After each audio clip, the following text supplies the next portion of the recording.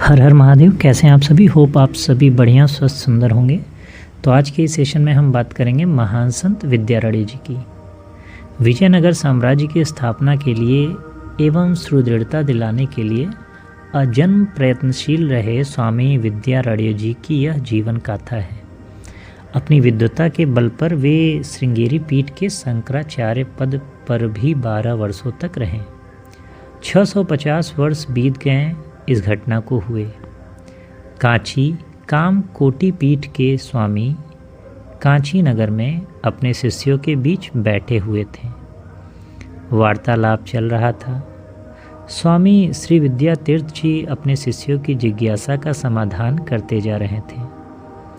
उन शिष्यों के बीच स्वामी जी के पास ही कांची नरेश भी बैठे एकाग्रचित से सुन रहे थे। स्वामी जी ने अपने शिष्यों की परीक्षा लेने का विचार किया। प्रत्येक शिष्य से वे एक ही प्रश्न पूछ रहे थे, तुम्हारी महत्वाकांक्षा क्या है? जीवन में क्या बनना चाहते हो?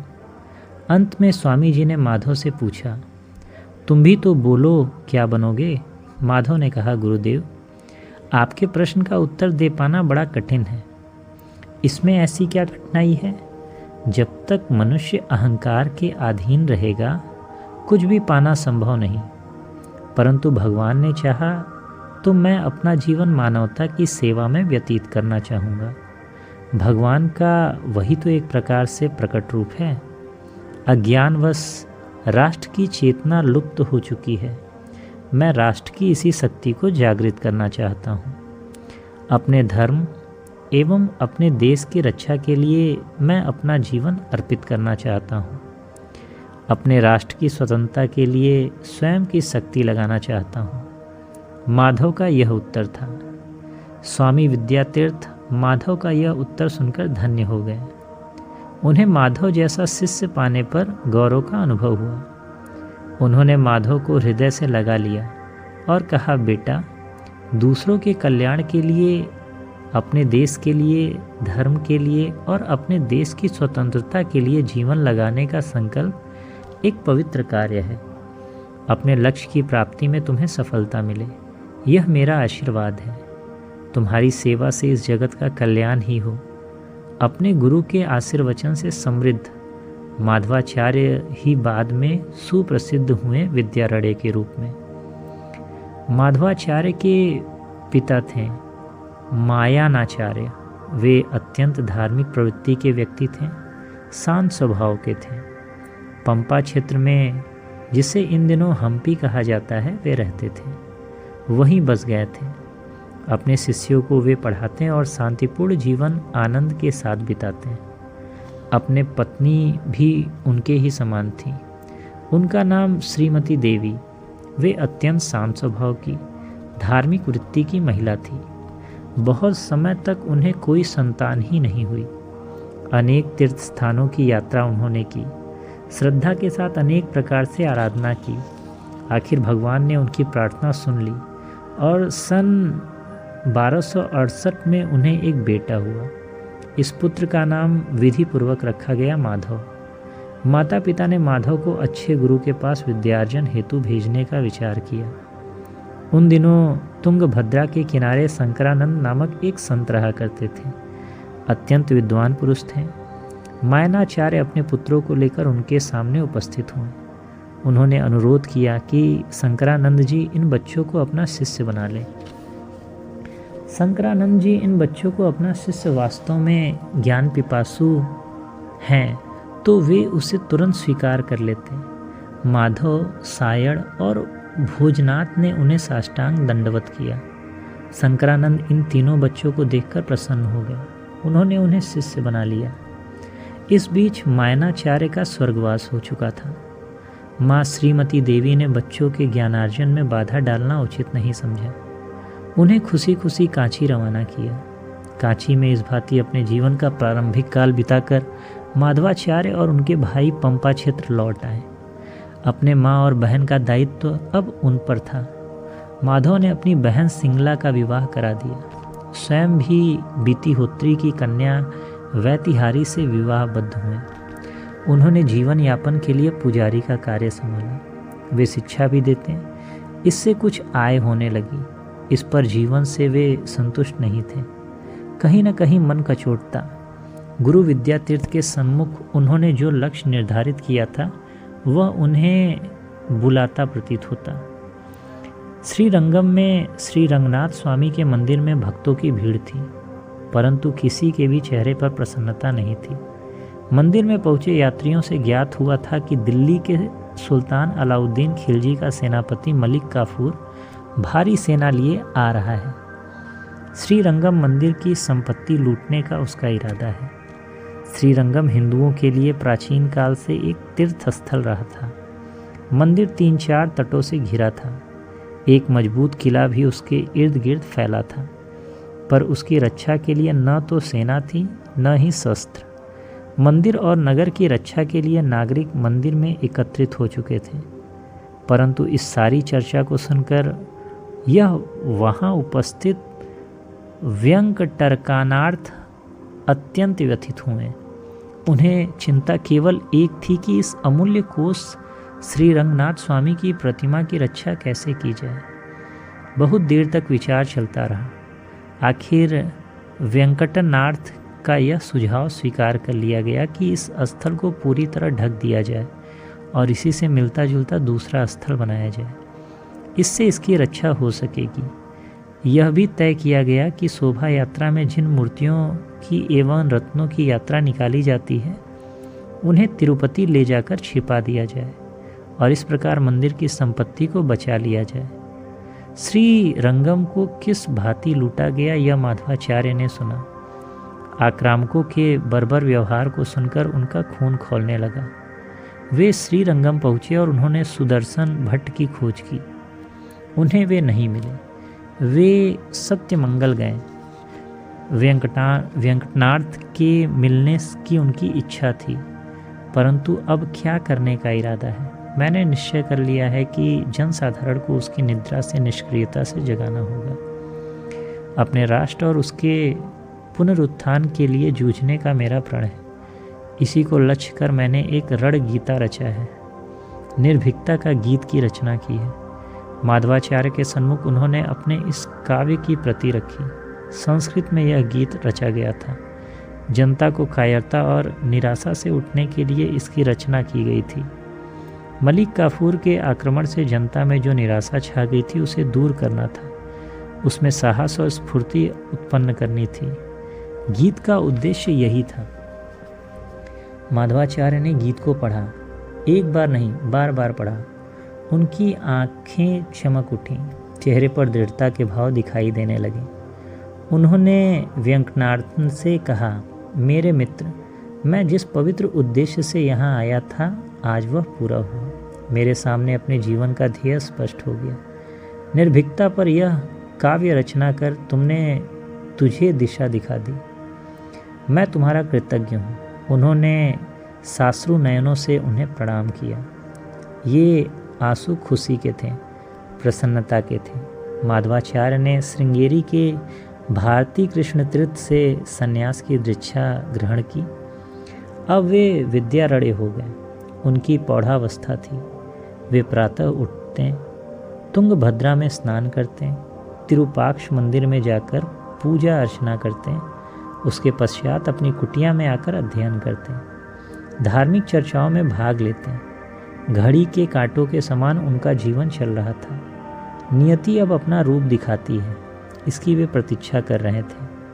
वर्ष पर वर्ष बीत रहे थे, परंतु उनकी इच्छा पूर्ण होने की कोई लक्षण नहीं दिखाई दे रहे थे।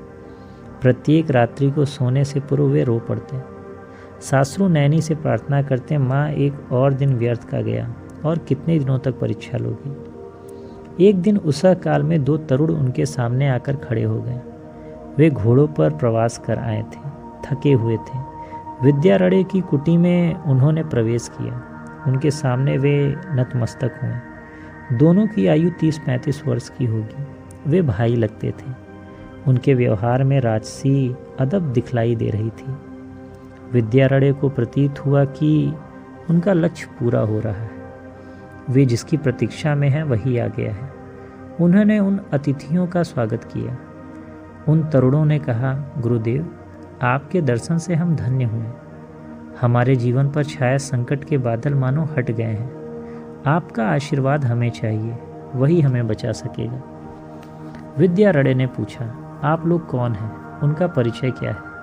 निसंकोच अपने आगमन का कारण बताओ। उन दोनों में जो बड़ा था उसने कहा, गुरुदेव, हम दोनों भाई हैं।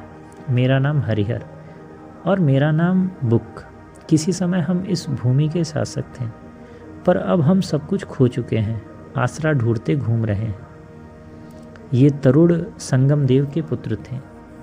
कुम्मट दुर्ग के अधिपति कंपील राय के दामाद संगम देव थे। संगम देव राज्य के कोषाधिपति थे। कुम्ट दुर्ग पर शत्रुओं ने आक्रमण कर निर्दयता से मारकाट की। राजा के निकटवर्तीय लोगों में से 11 को मोहम्मद बिन तुगलक की सेना बंदी बनाकर दिल्ली ले गई। इन 11 में हक और बक भी थे, परंतु तुगलकी शासन अपनी कमजोरियों से शिथिल पड़ता गया। दक्षिण में अराजकता फैल गई। इसे दबाने तुगलक ने सभी तरुण बंदिशों को मुक्त कर दिया। सेना के साथ उन्हें दक्षिण भेज दिया। इसी का लाभ उठाकर ये दोनों तरुण वहाँ से भाग निकले और अब वे विद्यारण्य की कुटियों में पहुँचे थे। सारा वृत्तांत सुनकर विद्यारण्य ने उन्हें अपनी कुटियों में आश्रय दिया। इन तरुणों की सहायता से नया साम्राज्य स्थापित करने का निर्णय उन्होंने ले लिया। दिल्ली का सुल्तान मोहम्मद बिन तुगलक ने अने गोंदी के राजा जम्बुकेश्वर राय को पराजित किया था। उन्हें बंदी बना लिया था। अपने महल में ही वे नज़रबंद थे। सुल्तान की ओर से मलिक नायब सूबेदार बन गया था। वही राज्य का शासन देख रहा था। विद्यारण्य के मार्गदर्शन में हक और बक ने तरुणों को संगठित किया। देशभक्ति के भाव से प्रेरित यह तरुणों की दल चतुराई से आने गोंदी के किले में प्रविष्ट हुआ। मलिक नायब मध्य के नशे में चूर था कि अचानक छापा डालकर इन तरुणों ने उसे बंदी बना लिया। रक्तपात के बगैर अने गोंदी पर विजय पा ली गई। राजा और उसके परिवार को मुक्त किया गया। अने गोंदी के दुर्ग पर पुनः वाराह अवतार को अंकित कर रहा विष्णु ध्वज लहरा रहा था। इस विजयोत्सव का लाभ उठाकर विद्यारण्य ने पंपा क्षेत्र में एक योग्य स्थान की खोज कर नए नगर की नींव रखी। इसका नाम रखा गया विद्यानगर। यही उन्हें सौभाग्य से गुप्त कोष मिला। नए राज्य की स्थापना में इस धन का भारी लाभ हुआ। जनसाधारण के मन में यही विचार उठने लगे कि विद्यारण्य की प्रार्थना पर माँ भुवनेश्वरी ने ही स्वर्ण की वर्षा की। जनता की हार्दिक इच्छा पर विद्यारण्य ने नए नगर की नींव धातु वर्ष के वैशाख शुद्ध सप्तमी गुरुवार के दिन रखी। हक बुक चाहते थे कि इसका नाम हो विद्यानगर, परंतु विद्यारण्य ने इसे नाम दिया था विजयनगर। माँ भुवनेश्वरी की कृपा से नगर का विस्तार एवं वैभव बढ़ने लगा। दुनिया के कोने कोने से प्रवासी यहाँ आने लगे। नगर का विस्तार 64 वर्ग मील का हो गया और यह 3.5 शक्तियों का कर्नाटक की राजधानी का नगर बना। विद्यारण्य की इच्छानुसार हरिहर ने नए राज्य की बागडोर संभाली। हरिहर यानी हक। उसकी मृत्यु के बाद बुक कराए मतलब बुक शासन बने। विद्यारण्य महामंत्री के रूप में उसका मार्गदर्शन करते। कर्नाटक की जनता उन्हें कर्नाटक के संस्थापक शिल्पकार मानती थी। विद्यारण्य ने इस नए साम्राज्य की रचना की। यद्यपि वे इस साम्राज्य के महामंत्री थे, पर उनका संन्यस्त जीवन का क्रम टूटा नहीं था। अपने भाई सायन की सहायता से उन्होंने सर्वदर्शन संग्रह की रचना की। यह विद्वत जनों के लिए अत्यंत सहायक रही। एक बार उन्होंने अक्षोभ तीर्थ के साथ शास्त्रार्थ भी किया और उनके प्रति अपना सम्मान प्रकट किया।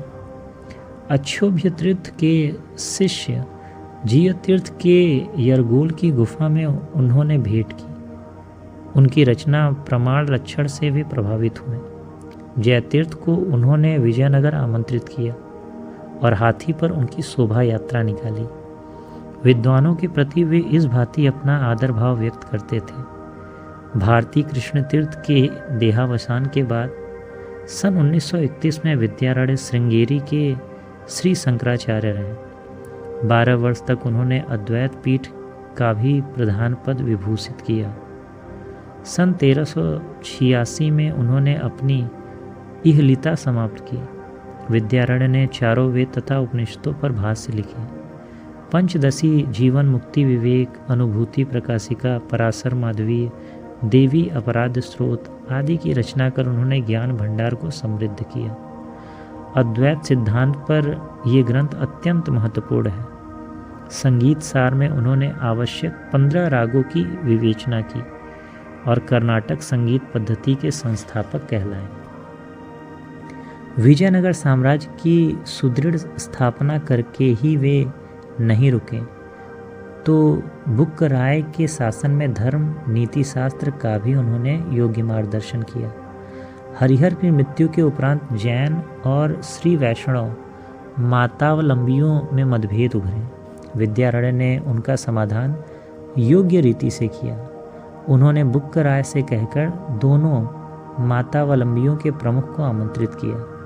उन्हें बताया गया कि प्रत्येक धर्मावलंबी को अपने धर्म का पालन करने की स्वतंत्रता है। उन्होंने इस आशय की राजाज्ञा भी घोषित करवाई। सहिष्णुता का भाव ही विजयनगर साम्राज्य में इससे स्थापित हुआ। विद्यारण्य तो सभी कुछ छोड़ चुके थे, सांसारिक बातों से उन्हें कोई मोह नहीं था। विजयनगर साम्राज्य की स्थापना के बाद उन्हें लगा कि जीवन का लक्ष्य अब पूरा हो चुका है। आंतरिक और बाह्य शत्रुओं का निवारण हो चुका है। अतः वे श्रृंगेरी पद पहुँचे और शारदा पीठ के सूत्र उन्होंने स्वीकार किए। विद्यारण्य ने बहुत समय तक तपस्या की। माँ भुवनेश्वरी देवी से उन्होंने स्वयं के लिए सुख या सत्ता की मांग नहीं की। सांसारिक सुखों से मुक्ति पाने के लिए बुद्धि और शक्ति की मांग उन्होंने की। वे सन्यासी बने। मानवीय दुख से भागने के लिए एवं स्वयं के ज्ञानी बनने के लिए उन्होंने गेरुए वस्त्र धारण नहीं किए, परंतु जनता में आत्मसम्मान का भाव जगाने, एक सुदृढ़ साम्राज्य की स्थापना के लिए उन्हें प्रेरित करने वे इस दिशा में बढ़े। विजयनगर साम्राज्य की सुदृढ़ स्थिति निर्माण होते ही वे श्रृंगेरी चले गए।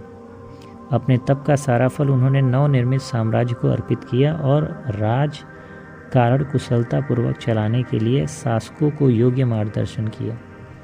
उन्होंने शासकों को यह समझाया कि राज्य को शासन का ध्येय प्रजा का कल्याण है। जनता को भी उन्होंने ईर्ष्या द्वेष से बचने की सलाह दी। विद्वत जनों में विद्वान की श्रेष्ठता उन्होंने इस प्रकार पाई। वे शारदा के सच्चे अर्थों में भक्त बने। यथार्थ रूप में वे सांसारिक जीवन से हटकर एक संत रहे। स्वच्छ जीवन, प्रामाणिकता एवं धर्म के प्रति निष्ठा का ही वे प्रचार करते थे।